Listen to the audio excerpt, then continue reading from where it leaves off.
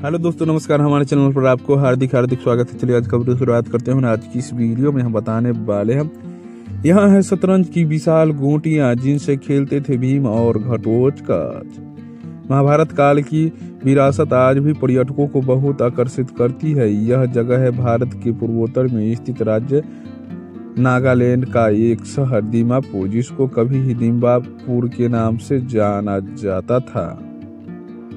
इस जगह महाभारत काल में हिडिंबा राक्षस और उसकी बहन हिडिंबा रहा करते थे। यहीं पर हिडिंबा ने भीम से विवाह किया था। यहाँ बहुलता में रहने वाली डिमास जनजाति खुद को भीम की पत्नी हिडिंबा का वंशज मानती है। यहाँ आज भी हिडिंबा का वारा है। यहाँ राजबाड़ी में स्थित शतरंज की ऊंची गोटियां पर्यटकों को बहुत आकर्षित करती है। इनमें से कुछ अब टूट चुकी है। यहाँ के निवासियों की मान्यता है कि इन गोटियों से भीम और उसका पुत्र घटोत्कच शतरंज खेलते थे। इस जगह पांडवों ने अपनी वनवास का काफी समय व्यतीत किया था। हिडिंबा और भीम की कहानी। महाभारत की कथा के अनुसार वनवास काल में जब पांडवों का घर षड्यंत्र के तहत जला दिया गया तो वहां से भागकर एक दूसरे वन में गए, जहां हिडिंब राक्षस अपनी बहन हिडिंबा के साथ रह रहा था।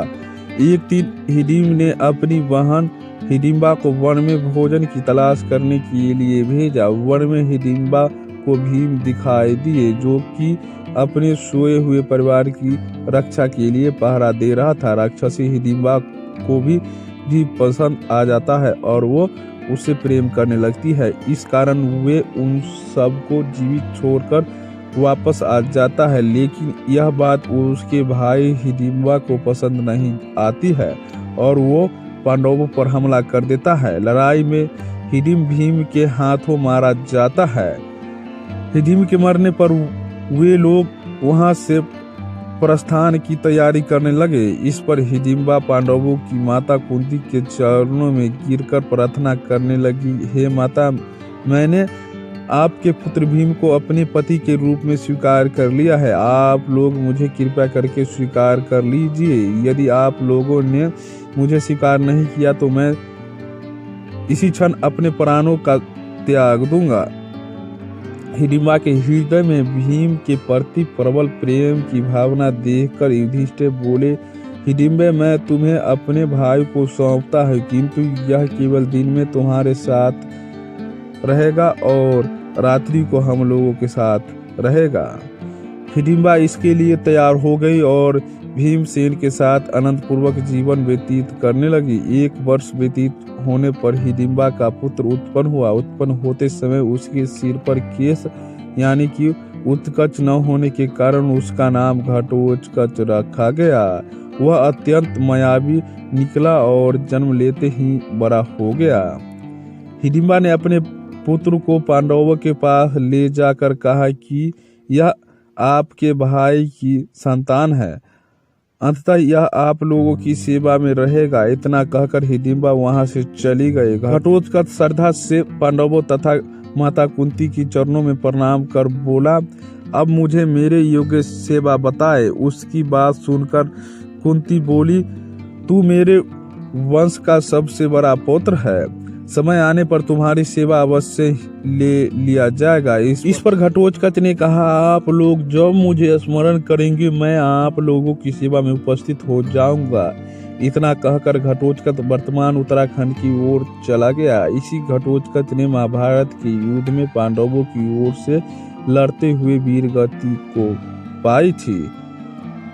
हिडिंब का शहर दीमापुर प्राकृतिक रूप से बहुत खूबसूरत होने के साथ साथ एक ऐतिहासिक शहर भी है। दीमापुर नाम का एक और अर्थ भी निकाला जाता है। यह 3 शब्दों से ही बना है, दीमा और पुर से मिलकर बना है।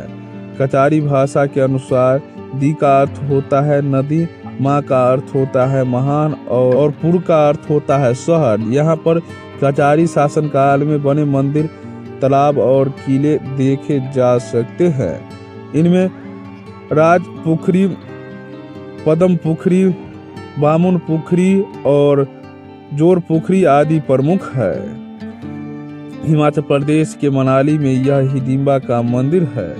जैसा कि हमने आपको ऊपर बताया कि हिडिंबा मूल रूप से नागालैंड की थी, पर पुत्र के जन्म के बाद पुत्र को पांडवों को सौंप कर वे वर्तमान हिमाचल प्रदेश के मनाली जिले में आ गई थी।